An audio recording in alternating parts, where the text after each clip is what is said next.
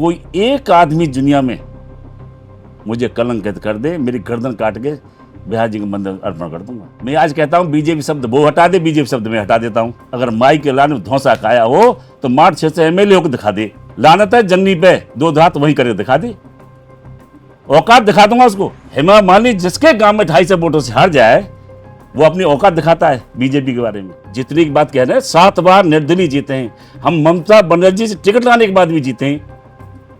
औकात हो तो निर्दलीय चुनाव लड़के दिखाए बंदा।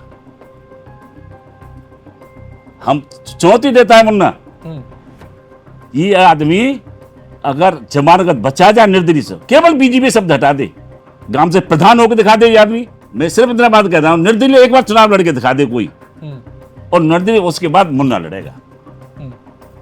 मेरे भाई के चलो छोड़ो, भाई से क्या लड़ेगा वो, औकात नहीं है उसे भाई से लड़ने की। और जो अपने जन्म के मृत्यु के 3 दिन पहले अपनी कलम से जिसने मृत्यु लिख दी हो, उस बाप की औलादें हम। कोई भी नेता आज की तारीख में, बड़ा स्पष्ट बोल रहा हूं, मोदी जी के पीछे है और बाबा के पीछे है। स्वयं का एक भी व्यक्ति ऐसा नहीं है कि अपने विवेक से, अपने जनाधार के माध्यम से कुछ भी हो।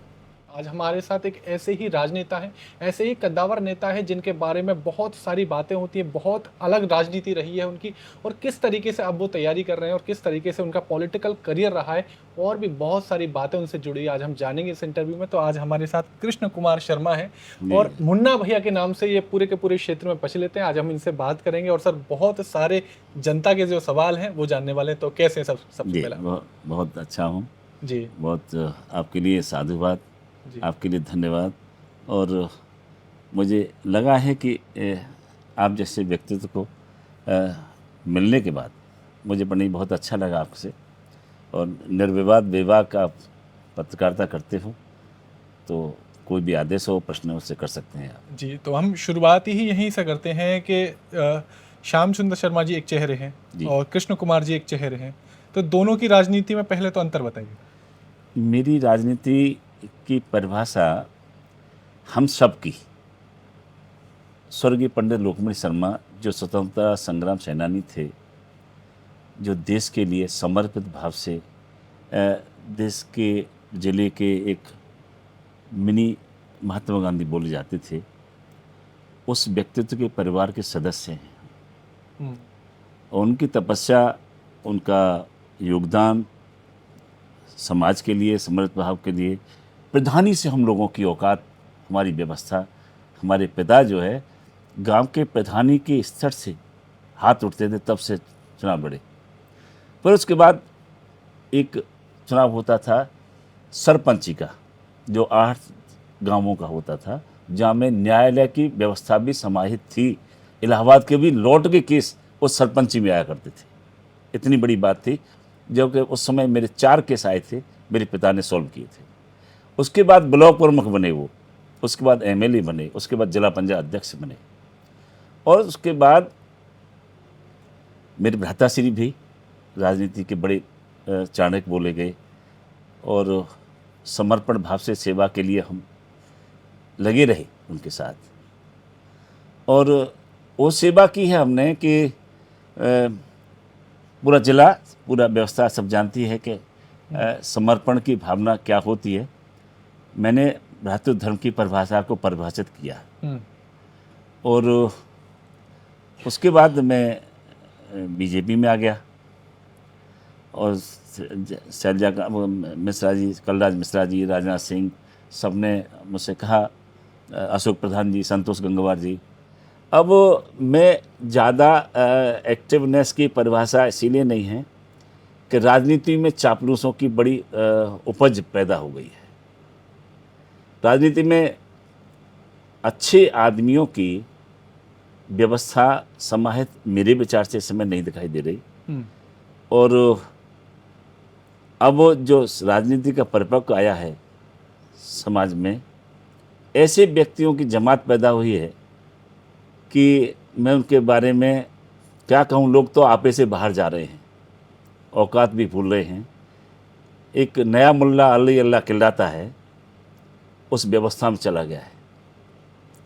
भूमाफिया के शब्दों के बारे में वो आदमी बोलता है, भूमाफिया कौन हैं, ये तो समाज कल्याण अधिकारी जो लेडीज़ थी वो और ये उसकी समाज बता सकता है कौन भूमाफिया है। समाज ये भी बता सकता है कि कितने ज़िले में भूमाफिया इस समय के कारोबार चल रहा है। रही बात सेवा की, हमारा काम कर रहे हैं, ज़मीन का काम मैं करता हूँ। कोई एक आदमी दुनिया में मुझे कलंकित कर दे, मेरी गर्दन काट के बिहार जी के मंदिर अर्पण कर दूंगा। जीवन में कोई गरीब सताया हो, लेकिन होता क्या है, ऐसे आदमी समर्पण भाव से मोदी के नाम पे और बाबा के नाम पे दुकान चला गए हैं। मैं आज कहता हूं बीजेपी शब्द वो हटा दे, बीजेपी शब्द मैं हटा देता हूं। अगर माई के लाने में धौंसा खाया हो तो मार्च 6 से एमएलए को दिखा दे। केवल श्याम सुंदर शर्मा छोड़ो, मुन्ना ही उसके सामने लड़ेगा। लानत है जन्नी पे, दो हाथ वहीं करके दिखा दे, औकात दिखा दूंगा उसको। औकात विहीन आदमी है। मोदी और बाबा के नाम पर एमएलए बन गए हैं। हेमा मालिनी जिसके गांव में 250 वोटों से हार जाए वो अपनी औकात दिखाता है बीजेपी के बारे में। औकात नहीं है उनकी।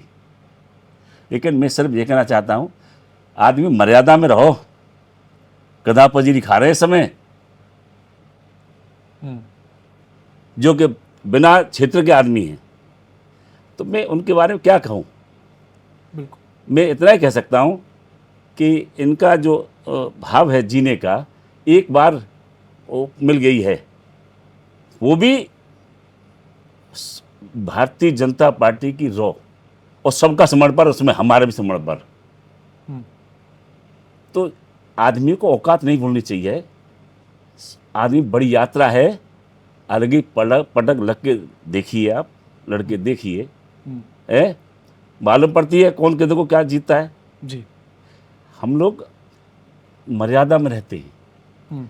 अगर हम 7 बार निर्दलीय जीते हैं, जितने की बात कह रहे हैं, 7 बार निर्दलीय जीते हैं, हम ममता बनर्जी से टिकट लाने के बाद भी जीते हैं। औकात हो तो निर्दलीय चुनाव लड़के दिखाए बंदा। हम चुनौती देता है मुन्ना, ये आदमी अगर जमानत बचा जाए निर्दलीय से, केवल बीजेपी शब्द हटा दे, गांव से प्रधान होकर दिखा दे ये आदमी। लेकिन अब ये है कि समय है, वक्त है, क्यों जी, कोई कुछ भी कह सकता है दुनिया में जी। यानी कहीं ना कहीं मोदी लहर, बाबा, योगी सरकार और नरेंद्र मोदी और बीजेपी, ये 3 शब्द मुख्य रूप से काम किए हैं मार्ट में जो वर्तमान में विधायक हैं उनको जिताने के लिए। हाँ जी जी। मेरा शब्द ये है कि सब अपनी पार्टी के अपना प्रचार करिए, सद्भावना से करिए। बुरे शब्द बोलने से कोई महान नहीं बन जाता। गाली देने से, अपशब्द बोलने से कोई महान नहीं बन जाता। बड़े आदमी नहीं बनता गाली बोलने से। बड़ा बनता है सेवा करने से, बड़ा करता है समर्पित भाव से, उनके समर्पण रहना चाहिए जी। जनता उनको स्वीकार करे। जनता स्वीकार नहीं कर रही, लहर का काम है, मोदी जी का काम है जी। अरे अब सिर्फ यही कहना चाहता हूं मैं कि आदमी में सद्बुद्धि आ जाए। सद्बुद्धि, अब चुनाव आने वाले, 2 हाथ निर्दलीय लड़के दिखा दो ना कोई जी। हाँ, मैं सिर्फ इतना बात कहता हूं, निर्दलीय एक बार चुनाव लड़के दिखा दे कोई, और निर्दलीय उसके बाद मुन्ना लड़ेगा। मेरे भाई के चलो छोड़ो, भाई से क्या लड़ेगा वो, औकात नहीं है उस भाई से लड़ने की। लेकिन हमें सिर्फ अच्छा नहीं लगता कि किसी के बारे में टिप्पणी करना, अपनी विवेक शून्यता दर्शाना, ये अच्छा नहीं है। तो मैं सिर्फ यही कहना चाहता हूँ कि हम लोग जीवन में अपने माता पिता, मेरे माँ पिता को कंठस्थ रामायण याद थी सर। मैंने रामायण को पलटते ही देखा उसको, और जो अपने जन्म के मृत्यु के 3 दिन पहले अपनी कलम से जिसने मृत्यु लिख दी हो, उस बाप की औलादें हम, जिसके रामायण दोहा सुनाने के बाद, राधा रानी गीत सुनाने के बाद अंतिम मेरे गीत सुन ले बेटा, मेरी माँ ने कहा ऐसे माँ के बेटा हैं हम। और हमने अगर अपने बाप की औलाद हैं तो 8 बार निर्दलीय है मेरे जने, 1 बार कांग्रेस से बने, 7 बार आज से बने। एक बार करके कोई दिखावे तो सही। हम दोनों भैया 31 वर्ष कोऑपरेटिव पर रहे। मैं राजा सिंह से नाम लिया, मैंने अखिलेश से नाम लिया, मैंने मायावती से नाम लिया, उत्तर प्रदेश में कोऑपरेटिव को पहले स्थान में ला के रख दिया। मुन्ना ने क्यों रख दिया भाई? अगर हम चोर लफंगे बायात होते तो उत्तर प्रदेश में कोऑपरेटिव को पहले स्थान कहाँ से ले आते? ये सब जमीर में काम करने का तरीका होता है। कोऑपरेटिव जुनून के लिए काम किया हमने, वहां में लूट नहीं की। अब हमारे जाने के बाद कोऑपरेटिव देख लो क्या स्थिति है कोऑपरेटिव की, कोई देखे तो सही। अब रही बात कि कहूँ चमचागिरी करके कहीं ऊपर जाके बैठ गए, 2-4 कर लिए काम, तो मुझे बड़ा अफसोस होता है ऐसे व्यक्तियों से कि बेवजह की बात करता रहता है। औकात विहीन व्यक्ति में समझ नहीं आती, तो औकात भूल गए लोग जी। मेरा इतना ही कहना था। ठीक।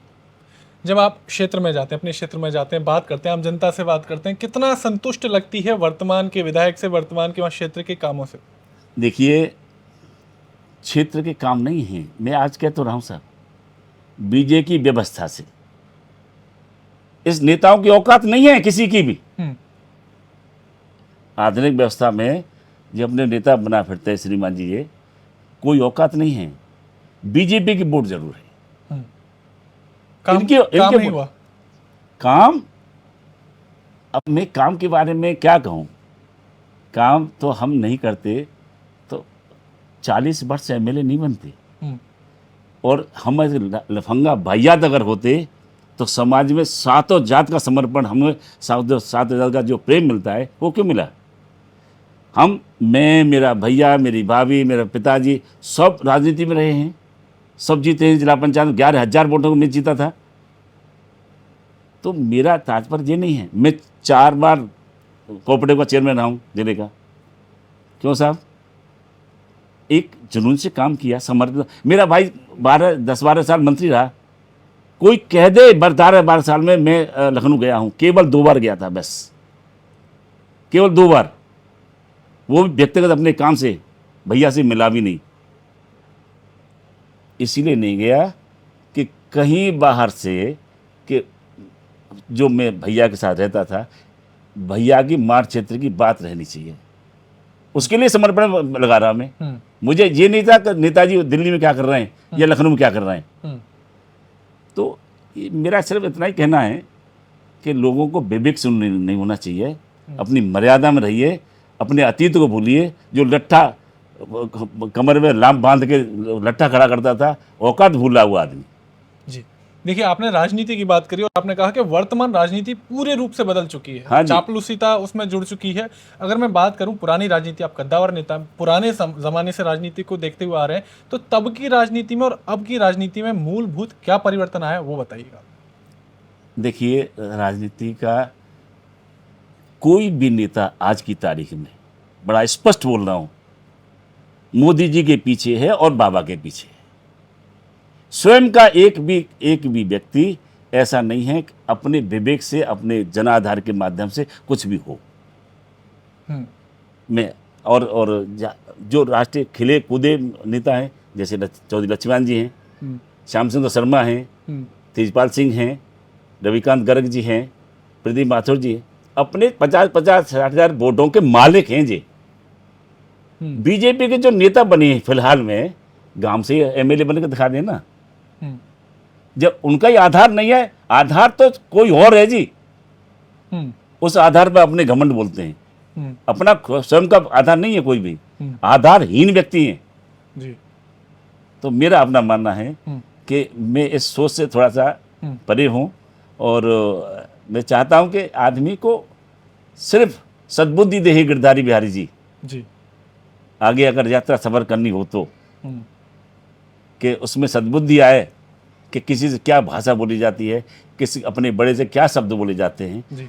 उसमें हे गिरधारी बिहारी जी, उससे अनुरोध करूंगा कि उसमें सद्बुद्धि आए जी। उत्तर प्रदेश की बात करूं तो मुख्य रूप से आप जानते हैं भारतीय जनता पार्टी और समाजवादी पार्टी दो ही मुख्य भूमिका निभाती हैं, और आप भारतीय जनता पार्टी से अभी कर रहे हैं। और तो आप पहले तो ये बताइए कि क्या विचार कर रहे हैं चुनाव को लेकर? क्या कहीं ना कहीं आप सीट की पार्टी मुझे दायित्व का कोई सौंपेगी।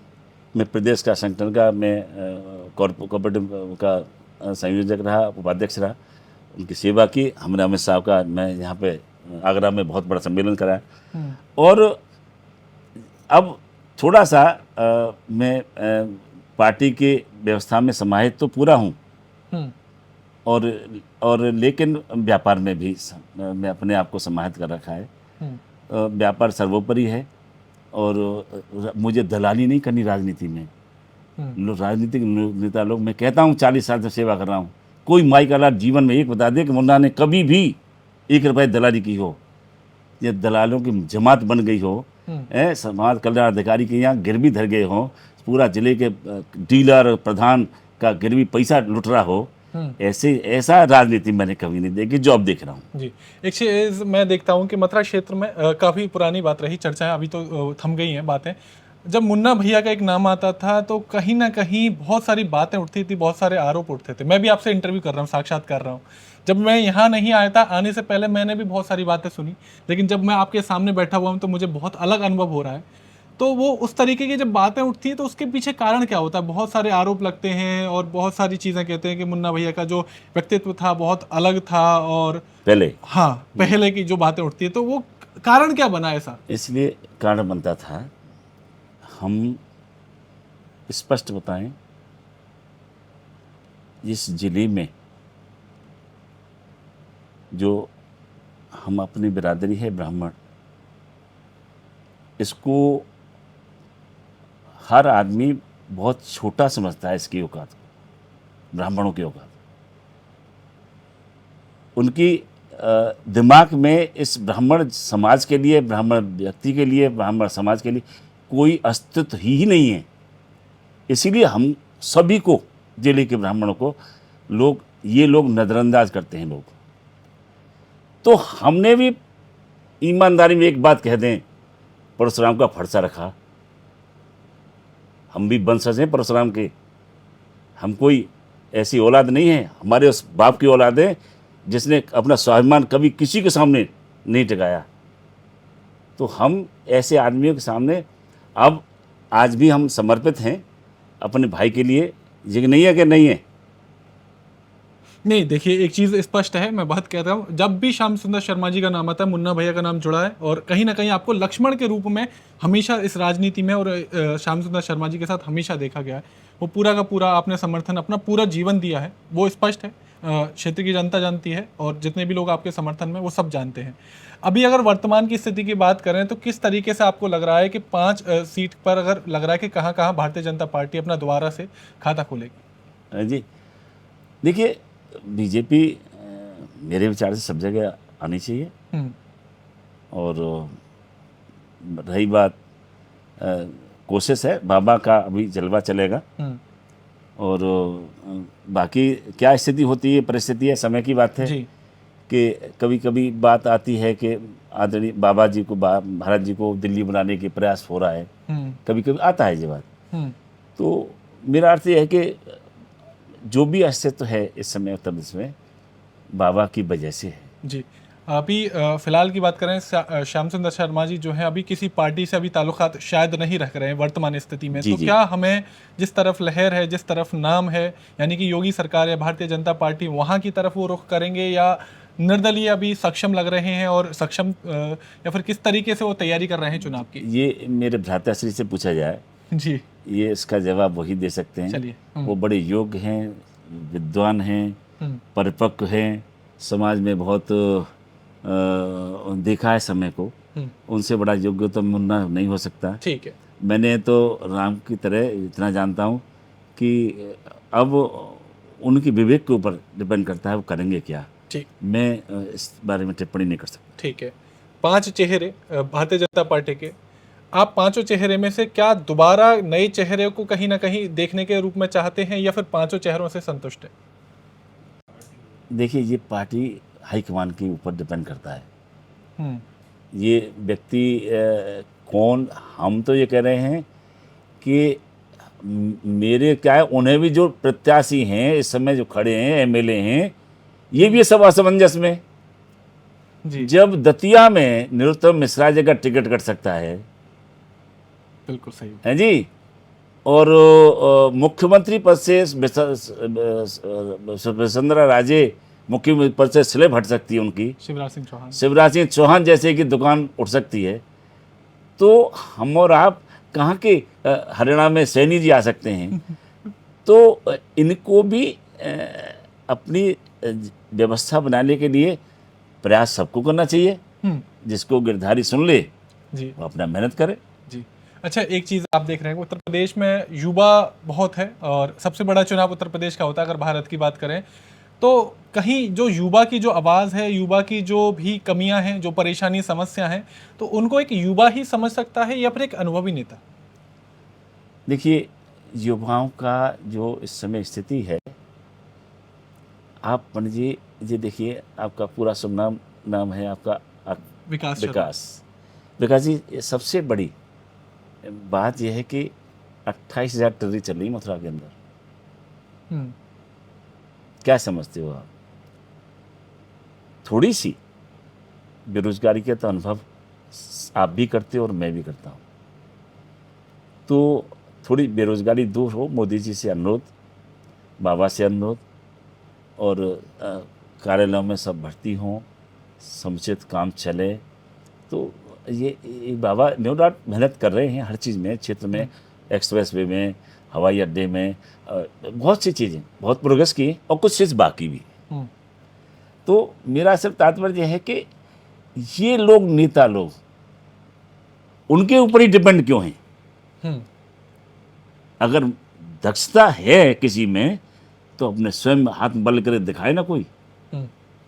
केवल डिपेंड है कि मोदी आ जाएंगे कि बाबा आ जाएगा, हमें जिता जाएगा, हमें जिता जाएगा, बाबा जिता देंगे या वो जिता देंगे मोदी जी। कुछ अपनी जमीर में तो रखो, मैं जीत जाऊंगा, नहीं है औकात किसी की। तो ये सबसे बड़ा मेरा अपना मूल्यांकन है जी। कि आज की तारीख में हम और अब देखें विकास जी, कुछ लोग तो गधा पजीरी खा रहे हैं देश में। अच्छा, मेरा आखिरी सवाल है, अगर सरकार या पार्टी आपको चुनती है, प्रत्याशी रूप में खड़ा करती है 5 विधानसभा में से किसी में, तो क्या आप तैयार हैं? मैं मार्च से छोड़ के, वो तो भैया का है, छोड़ के किसी मैदान में मैं टाल मारता हूं, मुझे अंडमान निकोबार भेज देना, मुझे कोई हरा दे तो।